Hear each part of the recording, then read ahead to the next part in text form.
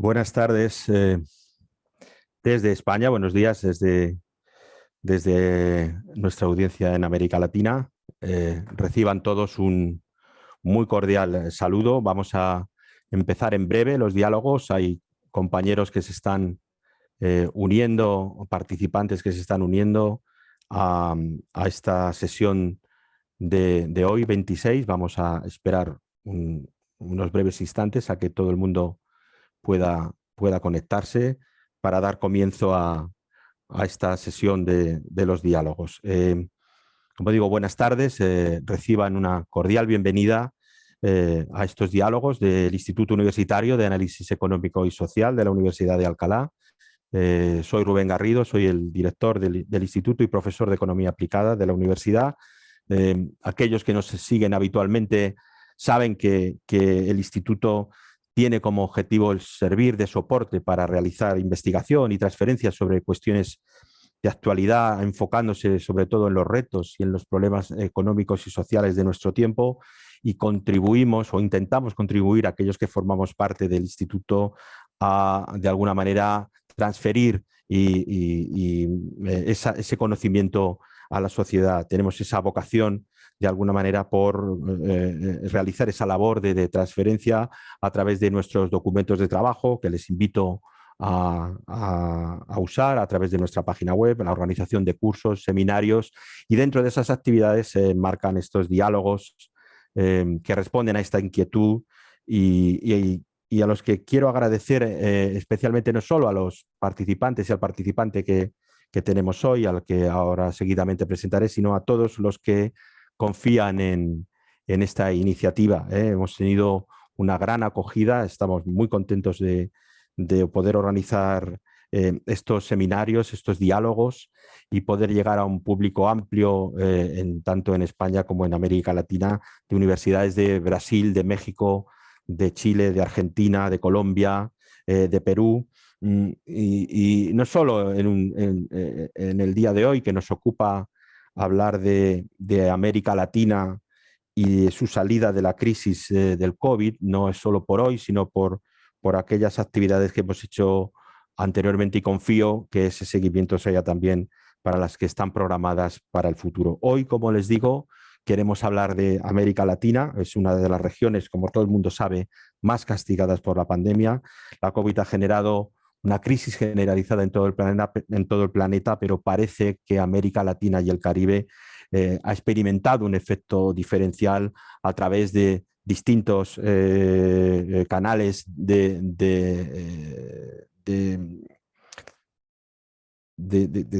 transmisión de esos efectos, ¿no? El canal comercial, el canal del intercambio, el turismo o las remesas, ¿no?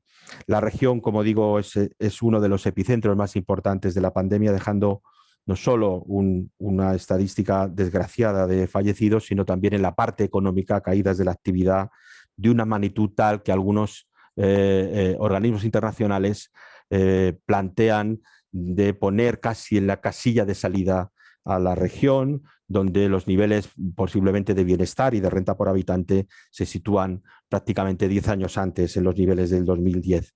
Este deterioro económico y social es el que nos preocupa hoy y el que queremos de alguna manera presentar hoy con uno de los investigadores quizá más sobresalientes y que más pueden aportar a un diálogo como este. Estoy hablando del profesor René Antonio Hernández Calderón, que tiene una larga trayectoria como profesional y como profesor. Ha trabajado en numerosas instituciones internacionales, ha sido economista de la Comisión Económica para América Latina y el Caribe, la CEPAL, es catedrático de la Universidad Centroamericana José Simeón Cañas y además es investigador, y eso nos alegra y nos honra mucho, asociado de nuestro instituto. Ha escrito numerosos libros y publicaciones, artículos en economía internacional, economía del desarrollo y en finanzas internacionales. Y además les invito a consultar nuestra web porque lo hablamos un poquito antes de entrar, ya estuvo reflexionando en un documento de trabajo el año pasado sobre América Latina y COVID, y de alguna manera este seminario o este diálogo sería la continuación de esas reflexiones que quedaron plasmados en ese documento de trabajo. Como es habitual en estos diálogos, el profesor Calderón expondrá aproximadamente durante media hora algunos de esos aspectos más relevantes y lo que quiera resaltar de las características de cómo ve ese futuro pospandémico en América Latina. Y luego yo abriré como moderador un turno de preguntas y respuestas y por tanto sugiero a la audiencia y le pido a la audiencia que utilicen esa parte de preguntas y respuestas para intervenir eh, cuando se abre la sesión y yo recogeré como moderador esas preguntas y intentaremos establecer ese diálogo con el objetivo de que en total no nos vayamos mucho más allá de una hora en esta intervención. No quiero consumir más tiempo, quiero volver a agradecer al profesor Hernández su presencia en estos diálogos y su siempre buena disposición para cualquier cosa que tengamos que organizar en el instituto. Él siempre está ayudando y estando presente en apoyando las iniciativas y quiero agradecerle especialmente el que esté en el día de hoy compartiendo con nosotros estos minutos. Muchas gracias y querido René, cuando quieras tienes la palabra y adelante. Bueno, muchas gracias, Rubén. Muy buenos días a todos desde todos los rincones donde se han podido conectar y nos escuchan, América Latina, Europa. Muy buenos días, buenas tardes a todos ustedes. Muchísimas gracias a Rubén por esta atentísima invitación a participar en esta serie de diálogos del IAES, y muchas gracias también a la Universidad de Alcalá por la oportunidad de compartir con ustedes esta serie de diálogos en la que hemos querido presentarles una visión fresca, renovada de los efectos económicos y sociales de la COVID-19 y quizá pensar en algunas de las alternativas y algunas de las soluciones que se están planteando sobre esta temática en periodos recientes. Justamente esta es una secuela de un trabajo preparado el año pasado en pleno confinamiento, en plena cuarentena, y ahora pues ya con datos mucho más recientes, datos ya al cierre de diciembre de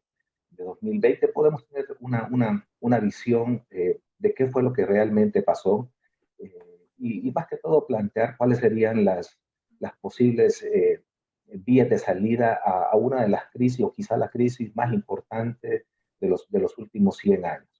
Así que, sin más, yo, si me permiten, voy a compartir pantalla para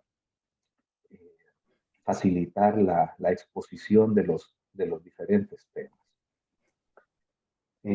Bueno, yo quisiera comenzar señalando que la COVID-19 y la pandemia del coronavirus no es una crisis más. No es una crisis más porque los efectos que esto ha provocado no solamente digamos, al nivel de la región de América Latina y el Caribe, sino que a nivel global ha sido de una envergadura que no se ha visto ni existen registros de que se haya dado con esta profundidad y con esta severidad. De hecho, se sostiene que esta puede ser considerada como la peor contracción económica desde el año 1946 y ha sido generalizada, con algunas regiones con menos severidad, pero siempre han sido afectadas. Y China pareciera ser la única de las economías emergentes que no se contrae y que tuvo un resultado positivo en el 2020. Y esto es bien particular porque China es la segunda economía mundial y a pesar de la severidad de la crisis y de que el coronavirus haya iniciado en una provincia de China, pues también envía un mensaje importante en este tema. Otro aspecto, digamos, a nivel global que me gustaría destacar está relacionado con el comercio global. En general, los efectos económicos, sociales de la pandemia se analizan por diferentes canales de transmisión, como ya lo mencionó Rubén, y existe el canal comercial con la disrupción de las cadenas de valor y de las cadenas de suministro, la caída, por ejemplo, que han tenido las materias primas, todos los commodities, particularmente con los efectos que eso ha tenido en los países de Sudamérica, que son países exportadores netos de materias primas, de cobre, como en el caso de Chile, de petróleo, como Brasil, Colombia, eh, Venezuela, etcétera. Entonces existen, digamos, efectos importantísimos a nivel de la caída del precio de las materias primas, además del turismo, el transporte, los mercados financieros e incluso la misma contracción de la demanda interna. Entonces, en general, a nivel global el comercio se contrajo y esta ha sido la mayor tasa de contracción desde la crisis subprime. Esto, digamos, estuvo acompañado de un conjunto de paquetes fiscales y monetarios también sin precedentes, orientados a atenuar esta caída del Producto Interno Bruto, alrededor de 12 billones o, digamos, en billones en español o trillones de dólares en anuncios de acciones fiscales y aproximadamente 7.5 billones en anuncios de acciones monetarias. También algunos de los planes de estímulo se tradujeron o estuvieron orientados a elevar los niveles de liquidez con bajas tasas de interés y un aumento de las tasas de endeudamiento global. Todos los coeficientes de deuda PIB se elevaron prácticamente en todas las economías, especialmente en las economías desarrolladas y también en las economías emergentes. Para el año 2021 se espera una recuperación que muchos, bueno, debatían si era una recuperación en L, era una digamos, recuperación en V o incluso en una V asimétrica, como en el caso de España, pero ahora se está anticipando que quizá la mejor forma de describir la recuperación sea en forma de K, es decir, va a tener una caída en el 2020 y luego puede ser que tenga un repunte en el año 2021-2022 y luego tomaría un descenso en el año 2023 en adelante, más que todo ubicándose o posicionándose a nivel del PIB tendencial de las economías emergentes. Es importante también destacar que en el 2021, si bien se espera una recuperación, un efecto de rebote producto de los paquetes de estímulo fiscal y monetario, todavía las tasas de crecimiento y las economías están sujetas a una elevada incertidumbre.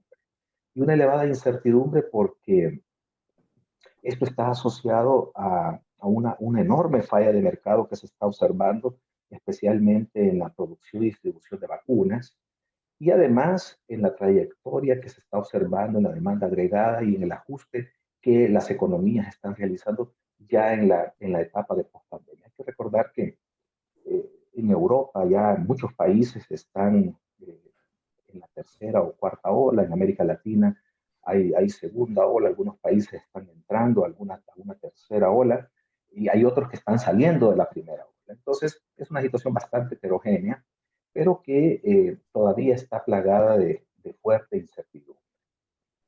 En América Latina la situación es bastante particular y ciertamente es heterogénea también en diferentes aspectos, porque esta es una región en desarrollo donde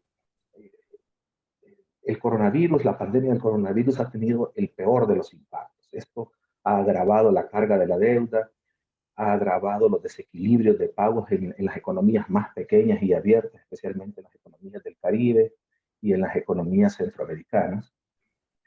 Y algunos datos son bastante reveladores, comenzando por el hecho de que América Latina y el Caribe representan el 8.4% de la población mundial y ahora registran el 28.7% de los fallecimientos mundiales. Estamos hablando de alrededor de 27 millones de casos registrados en América Latina, de acuerdo a las últimas cifras de la Universidad de Johns Hopkins, y alrededor de 882,000 muertes desde que se tienen registros de la pandemia. Entonces, son datos alarmantes y ciertamente posicionan a esta región como la región con el mayor impacto en términos de pérdida de vidas humanas, pero también en términos de efectos económicos y sociales. Ciertamente es la mayor contracción económica en 120 años.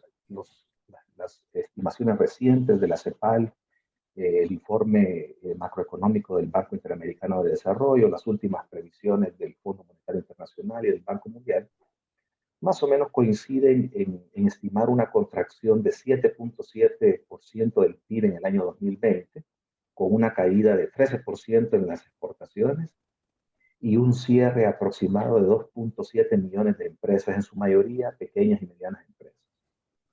Se anticipa también nivel de desempleo del 10.7%, equivalente a 44 millones de personas, un marcado descenso de la participación laboral. Y estos datos están justamente en este momento en el que estamos presentando esta información, están siendo también revelados en un nuevo informe del Banco Mundial que está siendo dado a conocer y anunciado justamente en este momento en Washington en relación digamos, al impacto que ha tenido la pandemia en el mercado laboral con los efectos que esto tiene en América Latina. También podemos pensar en términos sociales, que los efectos no solamente han sido de pobreza, que ya son muy reveladores, sino que también en términos de desigualdad. Existen más de 200 millones de personas en situación de pobreza, con 78 millones de personas en situación de extrema pobreza, equivalentes a 33% en situación de pobreza y 12.5% de la población total. En síntesis, en América Latina, la información más reciente nos sugiere que hoy por hoy es la región más endeudada del mundo en desarrollo, casi 80% del PIB. Es la región que está teniendo el mayor servicio de deuda externa en relación con las exportaciones de bienes y servicios, 57%. Y es una región donde también hay particularidades en las economías del Caribe, donde el déficit externo, por ejemplo, crecerá a un orden del 4.5% al 17% del PIB regional. Hay que recordar que América Latina es una región muy heterogénea, donde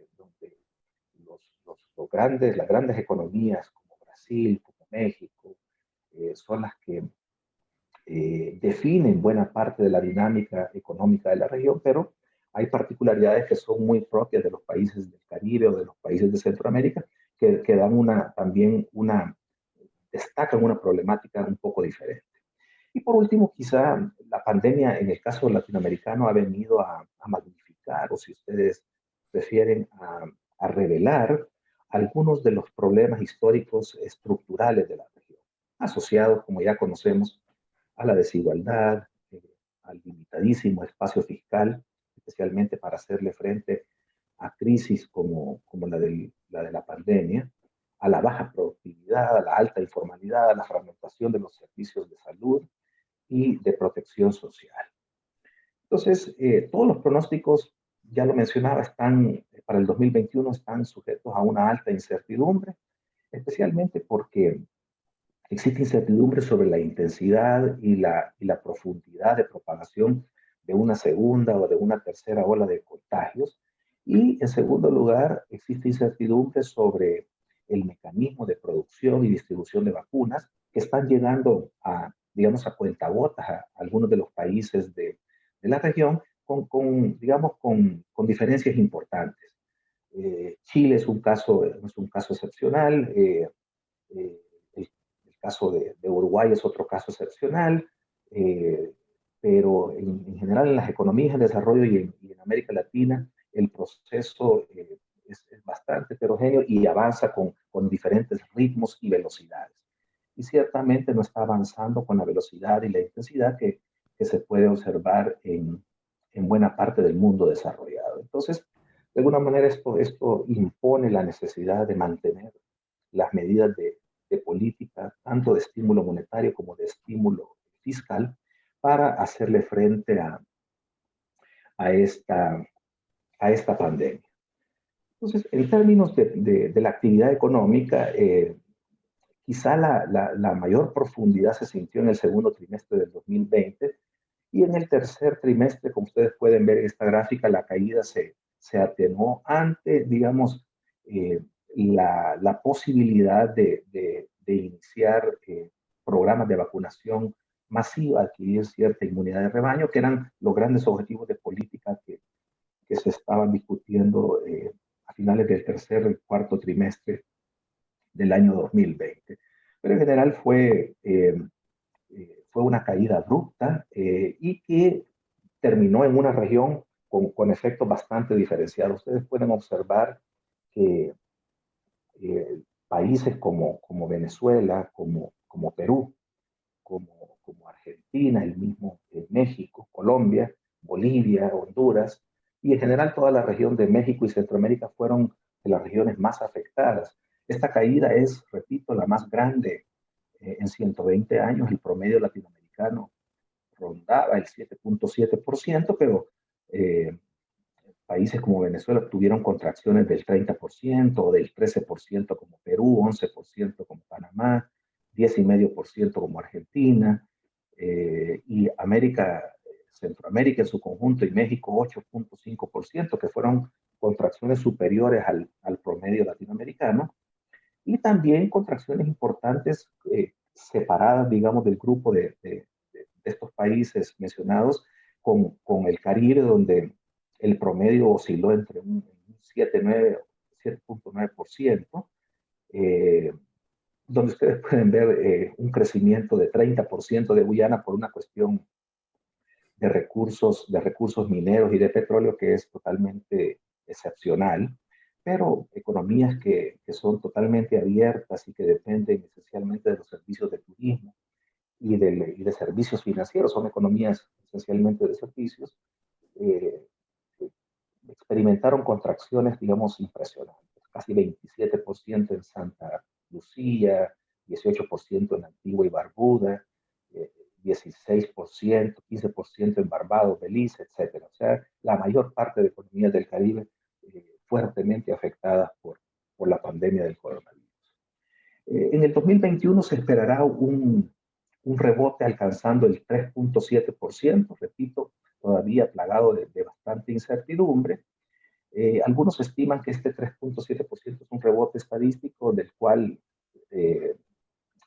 5 o 6 décimas de punto porcentual se podrían adjudicar a un crecimiento genuino, un crecimiento que proviene en realidad de los fundamentos de la economía de la región y que pues a partir del año 2022 y 2023 las economías tenderán, digamos, a comenzar a alcanzar los niveles que se tenían previos a la pandemia. Entonces, en términos generales, lo que se está planteando en los diferentes estudios y proyecciones que se hacen sobre el desempeño en el año 2021 y las tasas de crecimiento, es que en el año 2021 definitivamente la región no alcanzará a recuperar los niveles de actividad económica que tuvo en la pre-pandemia, o sea, digamos en el año 2019.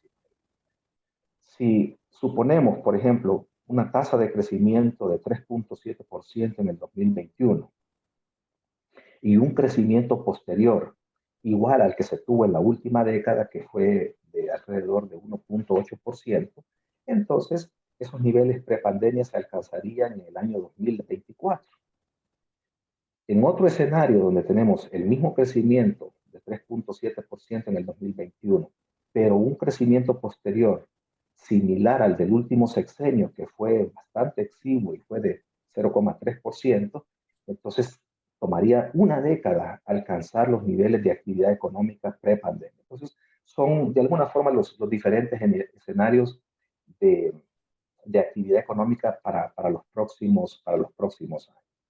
Todo esto tiene diferentes explicaciones, repito, por el análisis que se puede hacer de los canales de transmisión, pero en general lo que se observa es una fuerte caída en la demanda agregada y fuertes caídas en la inversión, en el consumo y en las exportaciones mucho mayores a las caídas experimentadas durante la crisis y posterior a la crisis subprime. Aquí ustedes pueden ver las caídas en la tasa de variación interanual de la inversión de casi el orden del 20%, o las caídas en el consumo privado del 7.8%, o las variaciones en el volumen de exportación de bienes y servicios de casi el 10%.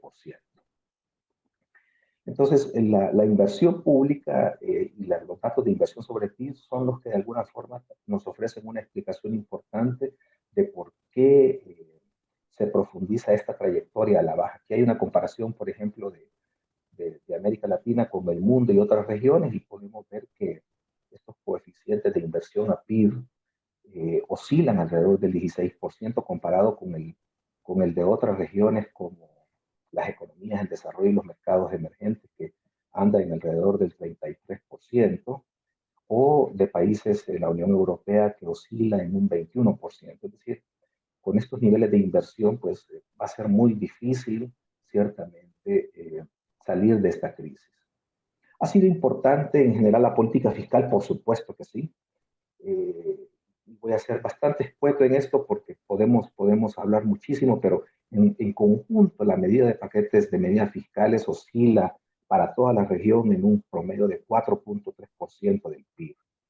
Y esto con el objetivo de fortalecer el sistema sanitario, apoyar los ingresos de los hogares, proteger la capacidad productiva, especialmente de las pymes, otorgando ciertas moratorias en el pago de impuestos, alivios tributarios, aumento del gasto público y el uso de ciertos instrumentos de liquidez respaldados por los gobiernos, especialmente un mecanismo de endeudamiento interno a través de letras del Tesoro. Esto ha sido importante y ha sido, digamos, uno de los pilares que han permitido crear por lo menos ciertas condiciones para proteger, para blindar los sistemas de protección social que ya de por sí eran bastante endebles, pero han servido para brindarles cierta protección y tener cierta capacidad de reaccionar de manera rápida y eficaz en contener al menos la primera, digamos, el primer ciclo de efectos de la pandemia, aprovechando el apoyo social que pudo haberse logrado justamente por la crisis a la que se estaba enfrentando la mayor parte de economías. En términos también de ingresos tributarios, 2020 fue un año con una caída importantísima de los ingresos tributarios. Aquí podemos observar que en América Latina la caída fue muy importante, especialmente en el acumulado de enero a septiembre de 2020, donde la caída fue de 0,7%, de otros ingresos fue de 0,1%, y en el 2020 en general se espera en el acumulado pues una recuperación, pero y en los años subsiguientes lo mismo, 2021 y 2022. El Caribe también con su particularidad, pero con una caída notable en los ingresos tributarios y en otros ingresos. El gasto público, por su parte, y en contraste, aumentó, priorizando dos cosas: las transferencias corrientes y a hogares y las transferencias corrientes al sector productivo. Aquí podemos nosotros observar, por ejemplo, nuevamente para 12 países de América Latina, las transferencias corrientes fueron las que más aumentaron, más de 2 puntos del PIB. En cambio, bienes y servicios, pago de intereses, gasto de capital, sueldos y salarios tuvieron incrementos, pero fueron mucho menores comparados con las transferencias corrientes. Las transferencias corrientes normalmente incluyen subsidios, el pago de pensiones y jubilaciones, todo el sistema de protección social, prestaciones sociales, entre otras transferencias que existen a nivel de las economías de la región. Las transferencias en general podríamos sugerir y proponer que han sido posiblemente la herramienta más empleada para responder a la crisis. El gasto ha sido impresionante. Ahí tienen ustedes una muestra de varios países de América Latina y del Caribe, en los que se puede comparar el acumulado de 2019 y 2020. Y para países como Uruguay, pues representó el 15% del PIB, en Argentina casi el 13%, en Chile el 11,5%, en México el 8,6%, en El Salvador 7,3%, y en los países o en las economías más pequeñas pues fue un 2,6%, pero en todas una expansión importante de las transferencias corrientes, quizás, repito, como el principal instrumento empleado para responder a la crisis. Esto también no se dio sin consecuencias, se deterioró la posición fiscal, aumentaron los déficits primarios porque se contraen los ingresos, aumenta el gasto, pues entonces el déficit primario aumenta, y esto tuvo también el mismo efecto en prácticamente todas las economías de la región.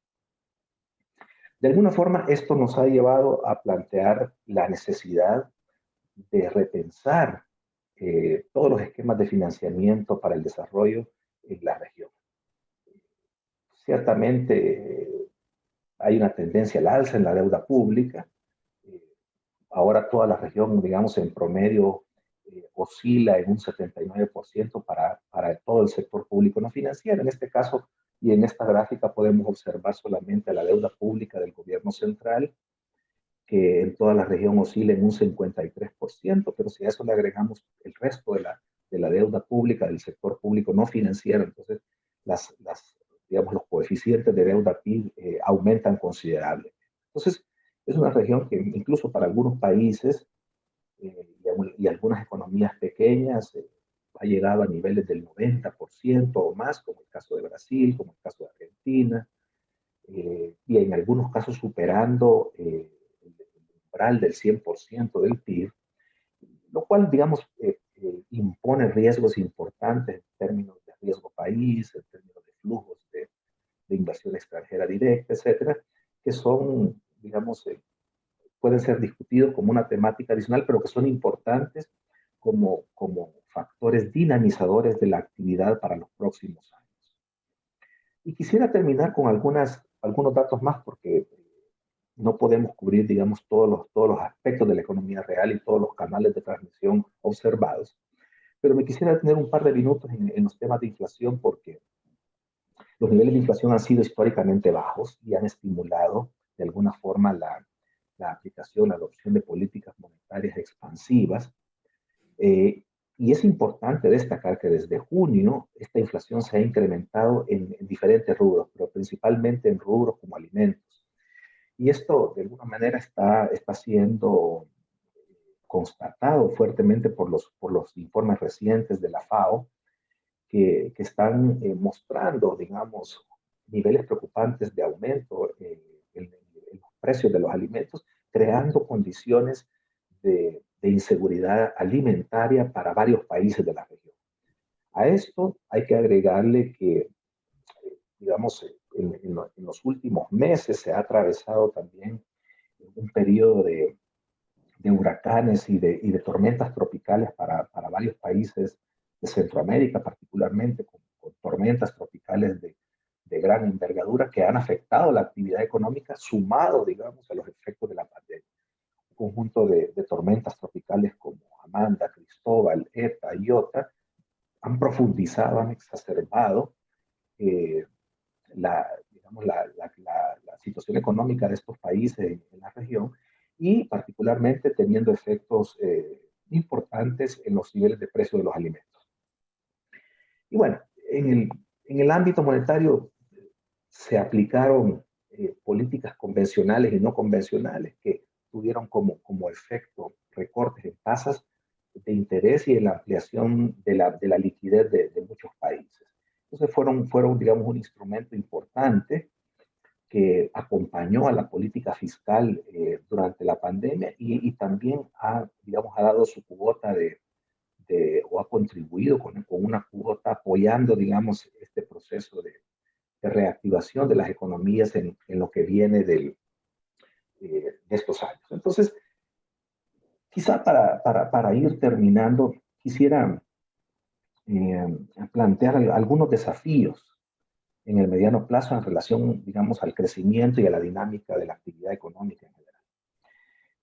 Quizá la tasa de crecimiento del 2021, de este año, debe ser entendida a la luz de la caída que se evidenció en el año 2020, y ese crecimiento en forma de K, que muchos decían, bueno, va a ser más que todo una L o va a ser una V, pues hay que entenderlo a la luz de esa fuerte contracción de toda la región en el año 2020. Repito, la región más afectada por la pandemia del coronavirus en todo el mundo. Esta dinámica de crecimiento para este año en general va a depender de dos cosas. De nuevas olas de contagio, lo cual provocaría un sesgo hacia abajo en la actividad económica, y en segundo lugar, de cuándo, cómo y a través de qué mecanismo se va a volver disponible la vacuna, que provocaría un sesgo hacia arriba.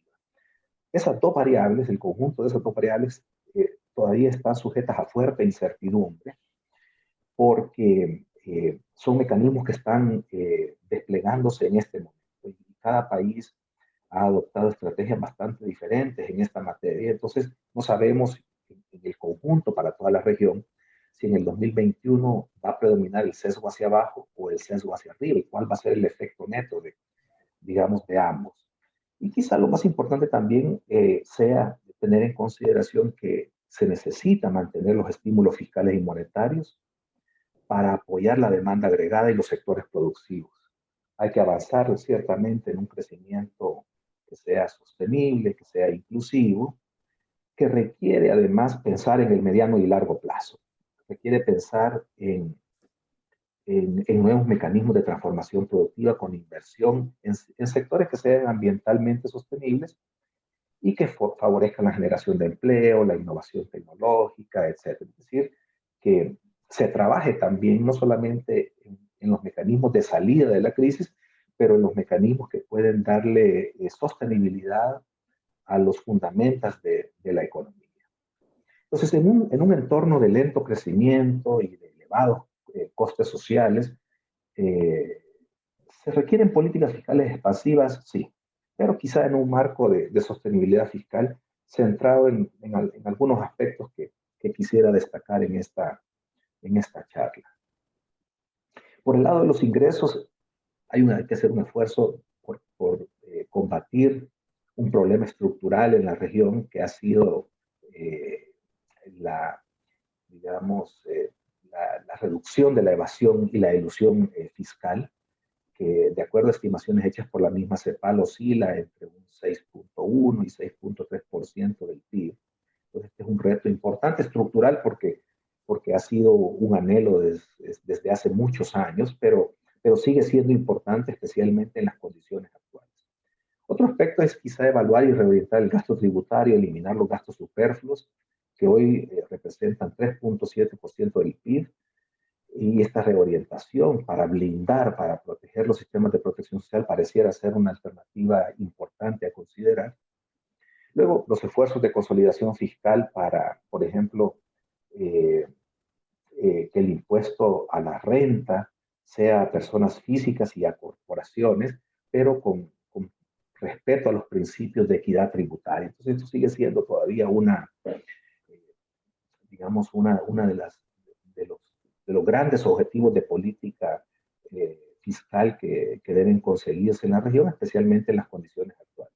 Extender el alcance de los impuestos sobre el patrimonio y la propiedad, pensar, digamos, en impuestos a la economía digital, impuestos ambientales y también impuestos relacionados con los problemas de salud pública. Entonces, esto, digamos, por el lado de los ingresos. Por el lado del gasto, se requiere ciertamente volver el gasto público más eficiente, realizar inversiones intensivas en empleo y en sectores estratégicos, proveer un ingreso básico, una renta básica, si se quiere, a personas en condición de pobreza o de pobreza extrema, mantener los canales de financiamiento abiertos a las micro, pequeñas y medianas empresas, particularmente en los sectores estratégicos de las economías latinoamericanas, mantener, crear o desarrollar incentivos al desarrollo productivo y a la revolución digital, a la cuarta revolución digital o a la digitalización, como se le está llamando también ahora,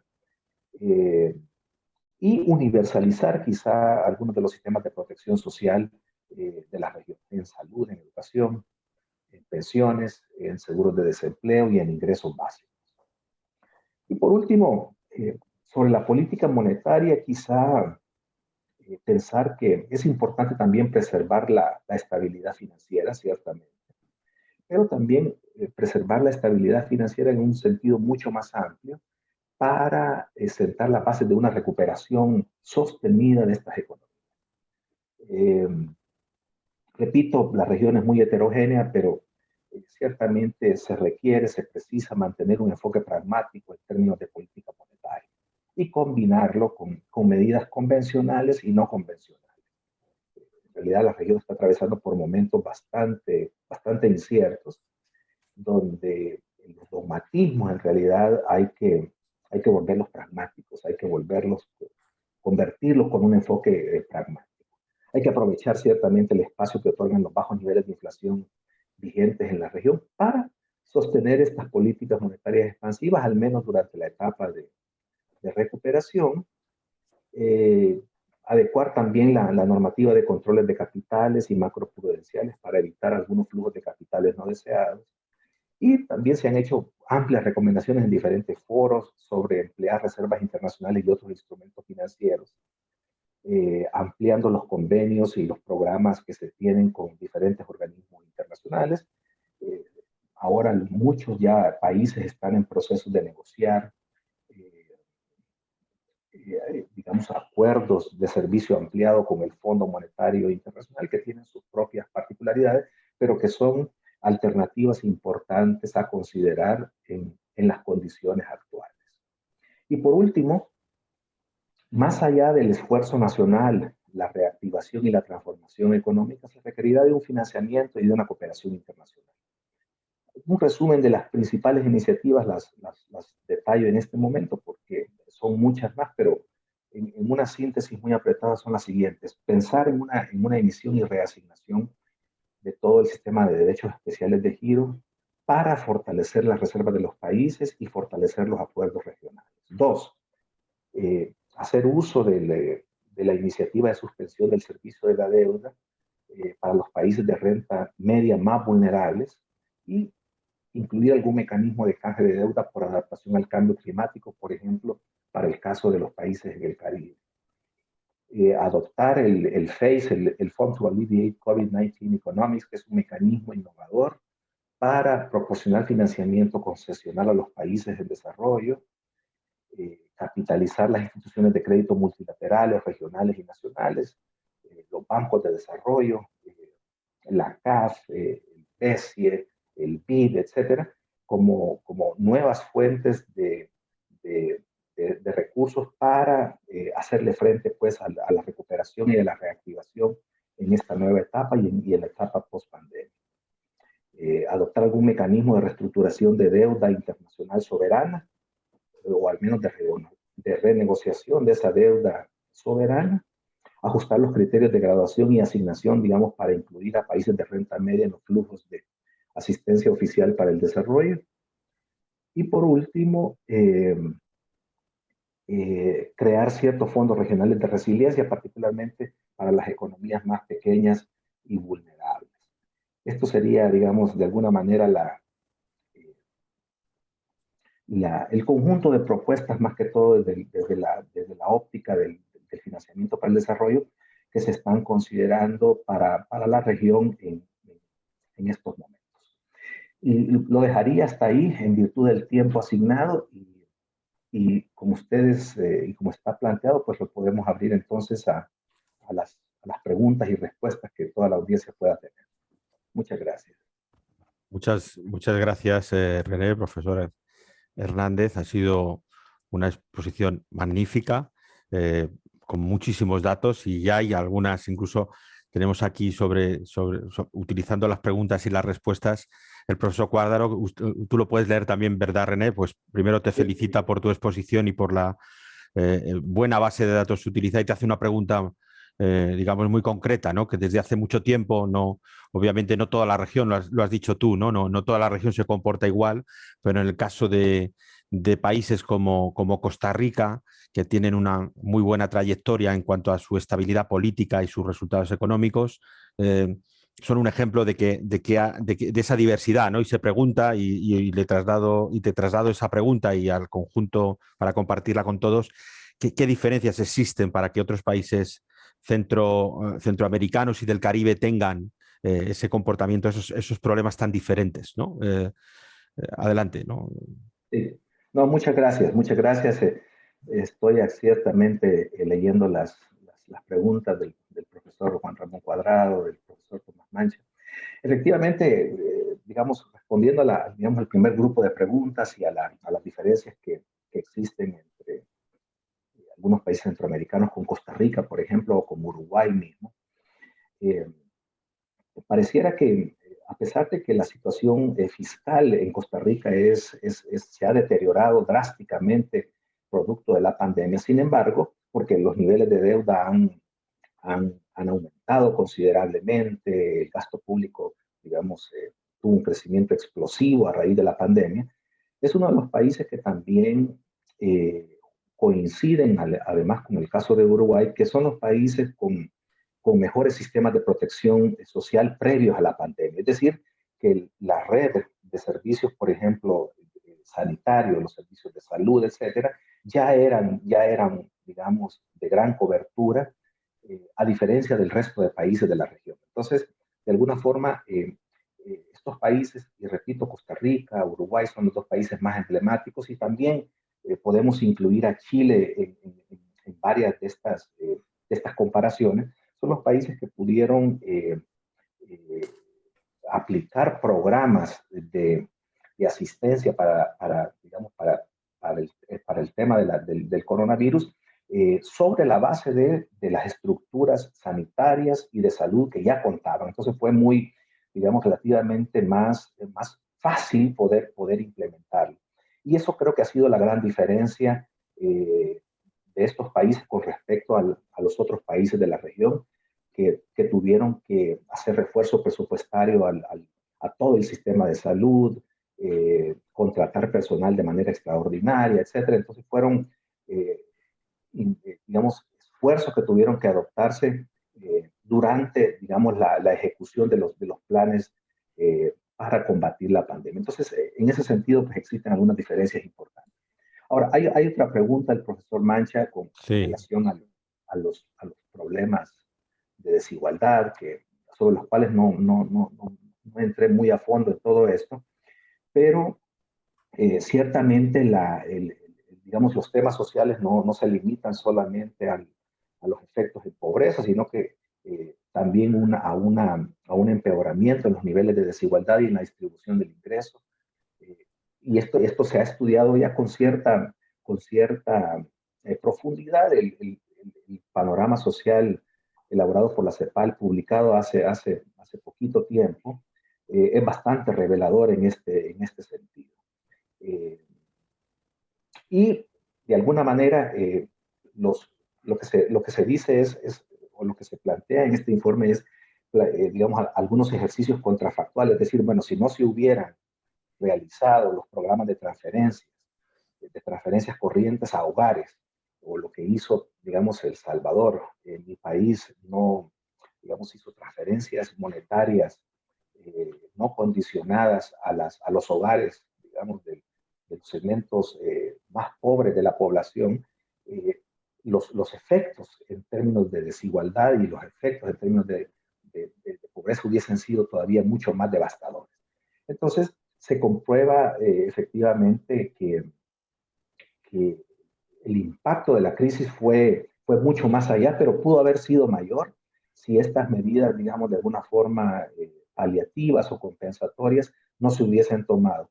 Ahora, se debate mucho sobre si el tiempo y la oportunidad fue el mejor. Quizá muchos países se tardaron en dar este nivel de respuesta, otros actuaron mucho antes, y eso, digamos, la oportunidad en la que se realizaron y adoptaron las medidas, creo que también es un factor importante a considerar. Efectivamente, en el tema fiscal, para terminar un poco de responder a esa pregunta, pues muchos países de alguna forma quisieron tomar una especie de salida solidaria al problema. Es decir, tratar de imponer algunos tributos digamos, a los segmentos, a las corporaciones o a las familias de más ingresos para de alguna manera darle financiamiento a la crisis. Pero algunos quedaron en planteamiento y otros nada más todavía siguen debatiendo si esto es posible o no. Lo que sí es claro es que la mayor parte de países tuvieron que hacer uso de financiamiento interno y eso es lo que explica parte del incremento en los niveles de deuda, pero también, digamos, financiamiento externo. Y básicamente el mejor amigo de la región durante esta época fue el Fondo Monetario Internacional, la mayor parte de países utilizaron, digamos, eh, el 100% de su cuota que en derechos especiales de giro le correspondía como miembro del Fondo Monetario, y ese fue el primer recurso utilizado. Pero hubo otros más, con los bancos regionales, con el mismo Banco Mundial, que permitieron de alguna forma paliar la crisis. Lo que pasa es que ciertamente fueron esfuerzos que se quedaron cortos porque la magnitud de la crisis ha sido tal que el déficit primario aumentó, y ahora el gran reto es cómo se cubre este déficit primario y si esto se hace con más deuda externa o no. Y ese es, digamos, el gran dilema que están enfrentando actualmente los países de la región y que van a tener que tomar una decisión al respecto.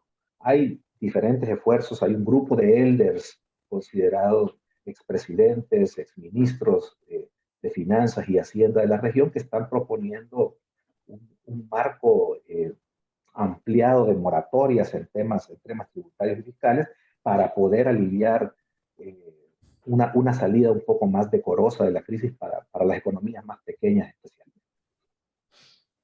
Muy bien, René. Hay más intervenciones, pero yo quería un poco al hilo de lo que acabas de decir, ¿no? Un poco el papel, has destacado el papel del Fondo Monetario y como importante para un poco solventar y financiar este primer choque, ¿no?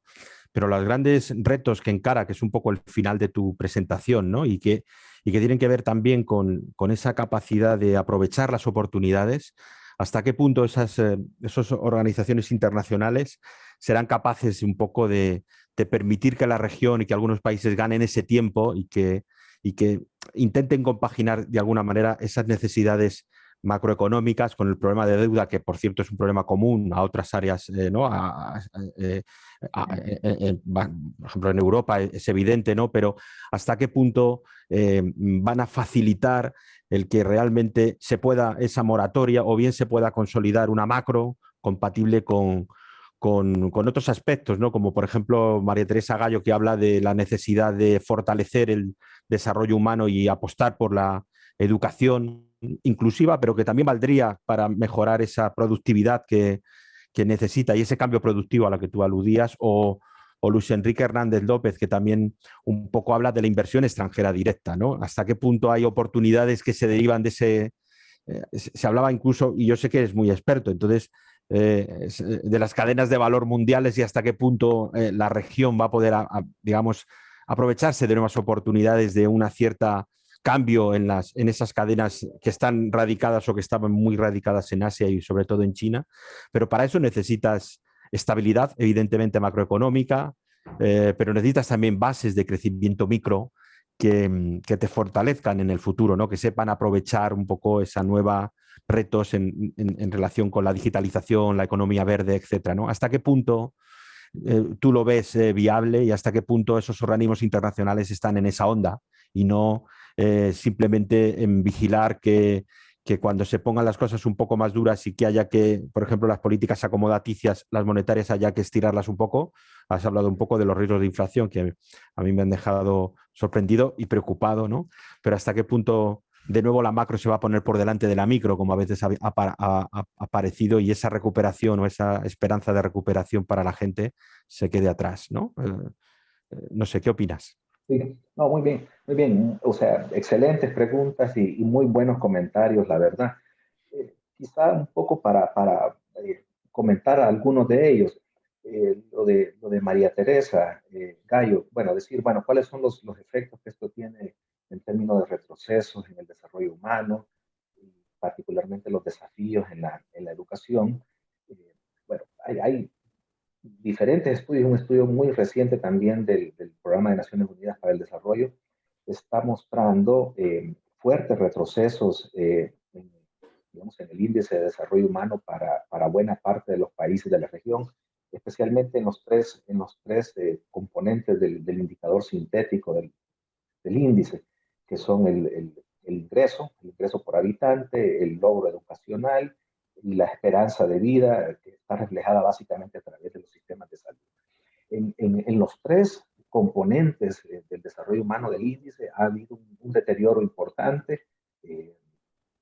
Y en el tema educativo, particularmente, el informe tanto del PNUD como de la UNESCO, que sacó los impactos de la pandemia a nivel de la educación global, destacaba lo siguiente, que en términos de logro educacional posiblemente, esto acompañado de los esfuerzos, digamos, del teleaprendizaje y de la educación virtual, puede tener todavía efectos bastante desconocidos hasta la fecha, porque resulta que en economías en desarrollo, y América Latina pues no es la excepción, es una región que estaba con rezagos con respecto a la transformación digital y, y al uso de sistemas de educación virtual y de e-learning y de aprendizaje a distancia.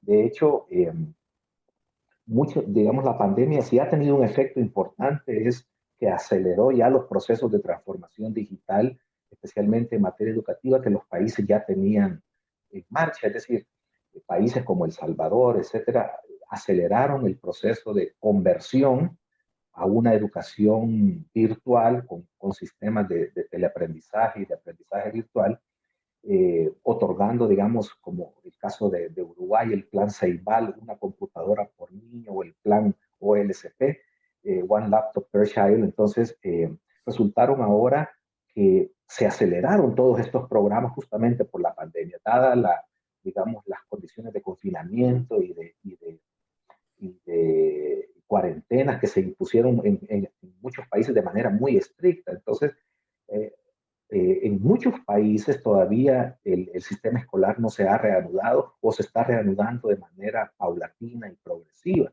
Y buena parte de los estudiantes continúan en este momento recibiendo sus clases de manera virtual, pero esto con las limitaciones propias de la región, con limitaciones donde la brecha digital todavía está muy pronunciada, el acceso al Internet todavía no está generalizado. Entonces, de alguna manera, el impacto en términos de desarrollo humano pues, es ciertamente importante y notable.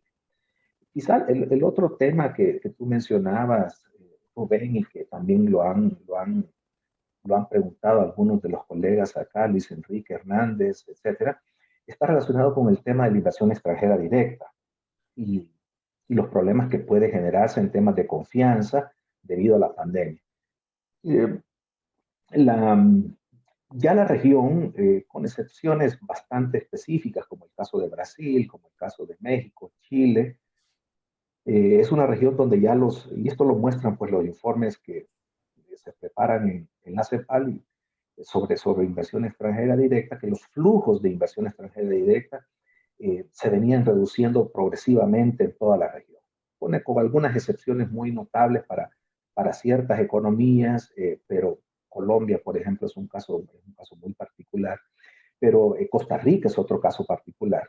Pero los flujos ya se venían porque la inversión extranjera, digamos, especialmente en una situación post-pandemia, eh, está condicionada o está determinada por variables asociadas primero con el riesgo país, con la percepción que tienen los inversores de rentabilidades futuras, y esto es muy importante porque cuando los niveles de deuda aumentan, los riesgos país también tienden a aumentar, los niveles de riesgo país, la percepción de riesgo. Entonces se desarrolla cierta aversión al riesgo por parte de los inversores y tienden a refugiarse, digamos, en bonos de los Estados Unidos o en otras inversiones con rentabilidades mucho más seguras.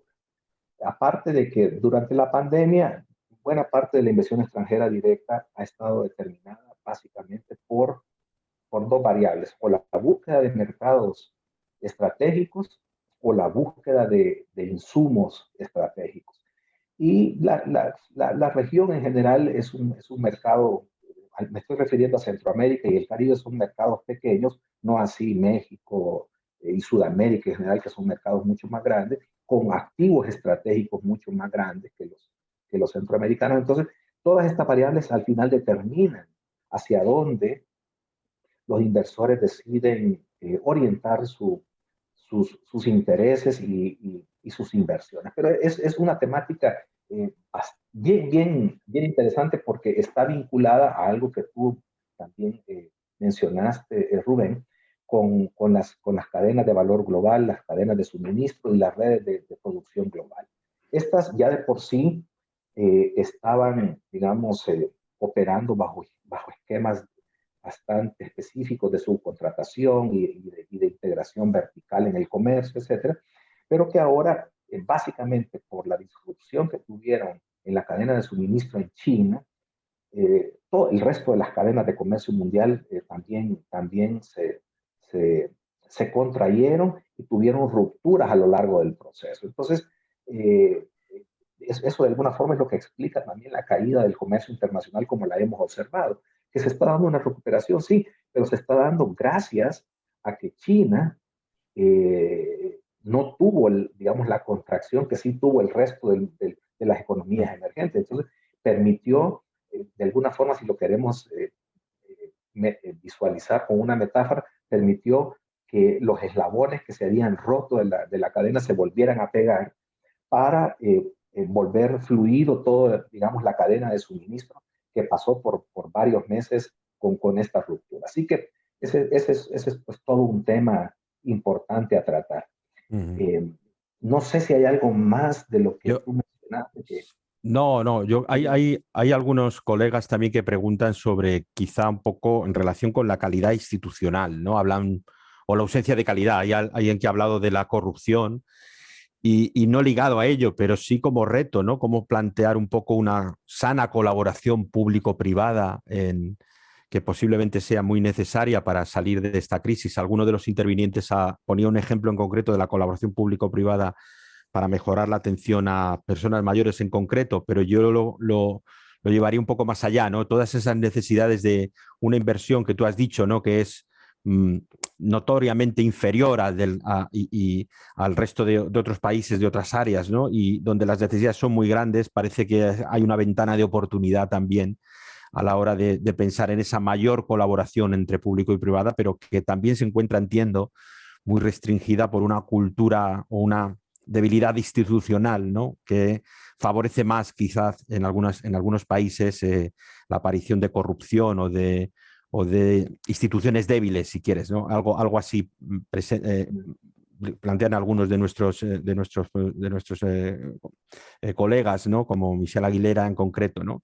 ¿Cuál es tu opinión? ¿Cómo ves hasta qué punto eso? Y si realmente también otra de las cuestiones importantes que se podrían importar de esa colaboración internacional, ¿no? A través de los organismos o entre países, podría mejorar un poco esa calidad institucional, ¿no? Porque quizá, y eso es una cosecha mía, ¿no? Desde el punto de vista más de Europa o de España, España ha mejorado mucho su calidad institucional, aunque tenemos mucho que hacer, pero no es precisamente por nosotros muchas veces, sino por nuestra pertenencia a un club como la Unión Europea que nos muestra unas reglas del juego, si quieres, o un campo de juego muy determinado y que a veces del cual es complicado salirse, ¿no? Y eso obviamente nos ha beneficiado mucho, ¿no? Ese campo de juego no es tan claro, evidentemente, en términos multilaterales en el caso de América Latina, pero ¿qué papel podrían jugar ahí esas experiencias de integración o el propio fondo o el Banco Interamericano de Desarrollo en esos enfoques, ¿no? Para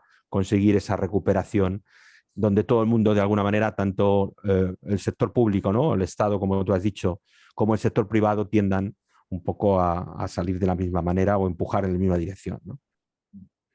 Sí, no, interesantísimo. La verdad es que preguntas muy oportunas y muy interesantes sobre las cuales podemos ciertamente tener un debate muy amplio.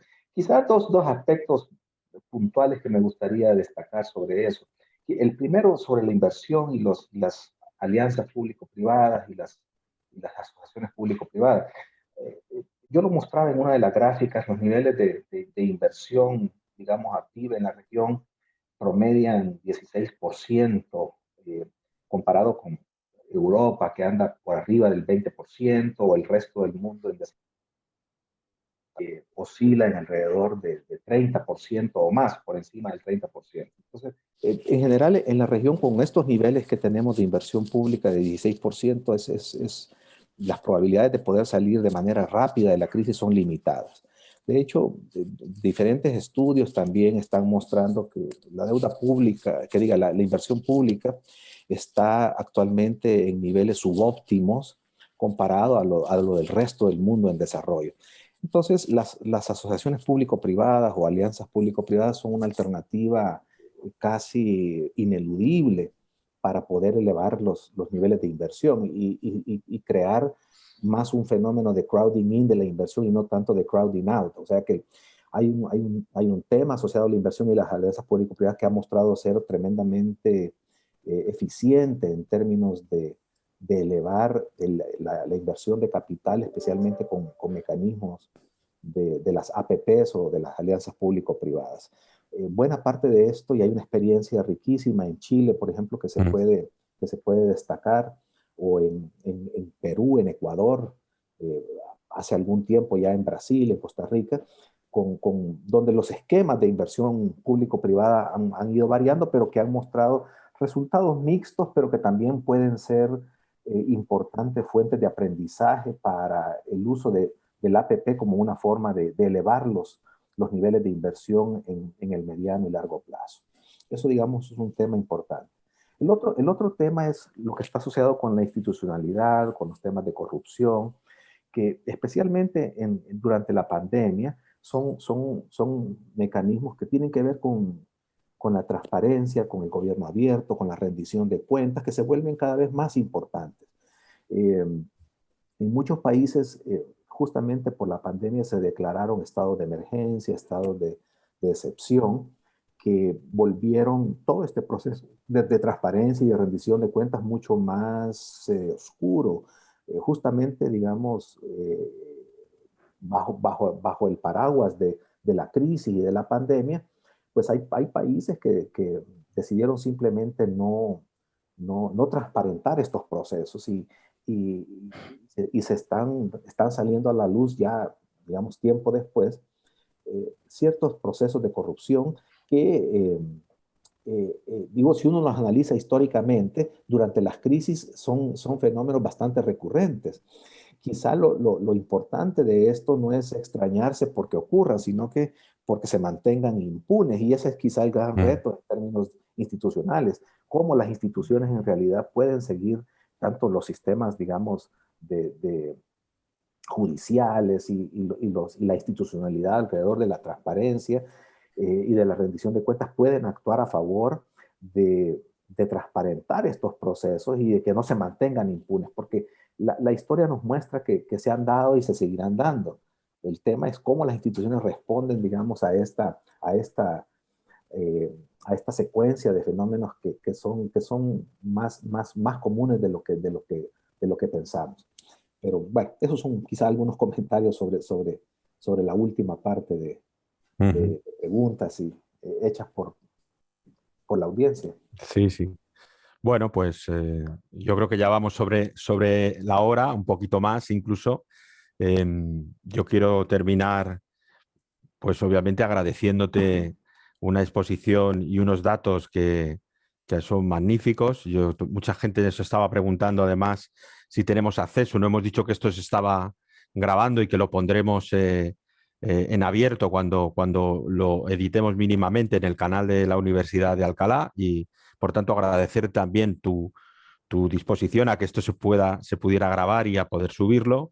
Y también, hombre, has hecho alusión al documento de trabajo del año pasado, donde explicabas un poco más por qué aquí en América Latina es un poco más difícil, o ha sido o está siendo un poco más el efecto diferencial más difícil, esa crisis económica por la COVID.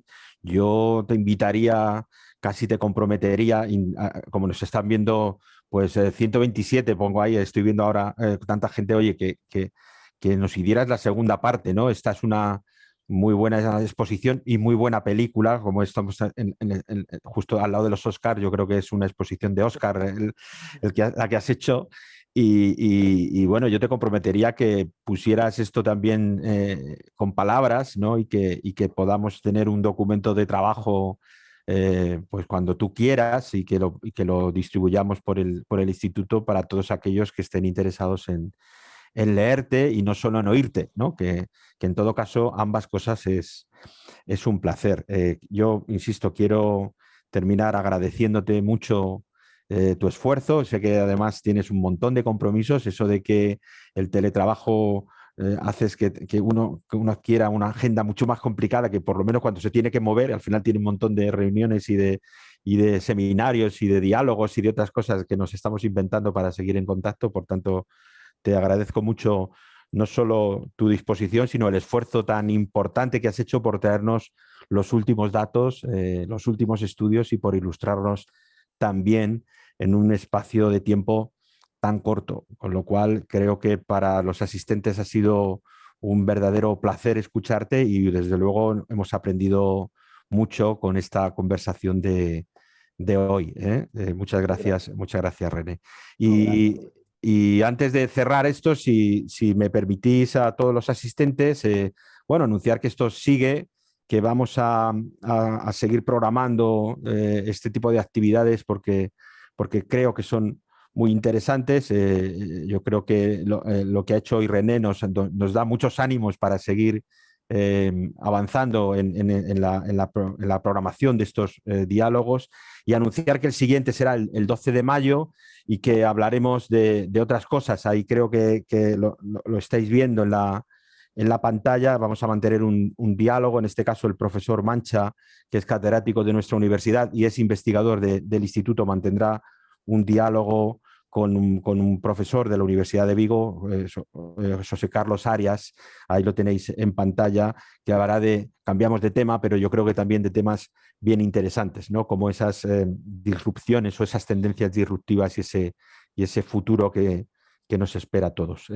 Nada más, volver a agradecerte tu participación y este esfuerzo para ponernos al día en unos aspectos donde además aquellos que no trabajamos es difícil de encontrar, nos lleva mucho tiempo y por tanto nos has ahorrado mucho tiempo y nos has ilustrado mucho, con lo cual muchísimas gracias, René, y a todos los que nos siguen aquí, pues emplazarles a que nos sigan también en las redes y que cuando esté el vídeo colgado ya lo avisaremos también en nuestra página de LinkedIn y podemos volver a verlo o aquellos que quieran seguir un poco la presentación, pues la tendrán ahí. Así que gracias de nuevo y hasta la próxima. Muchas gracias. Gracias. Hasta la próxima. Gracias. La próxima vez voy a traer una especie de aplausos virtuales, ¿no? Porque uno cuando está aquí no se oyen los aplausos, pero los tendré grabados porque creo que es una gran presentación. Muchas gracias, René. No, gracias.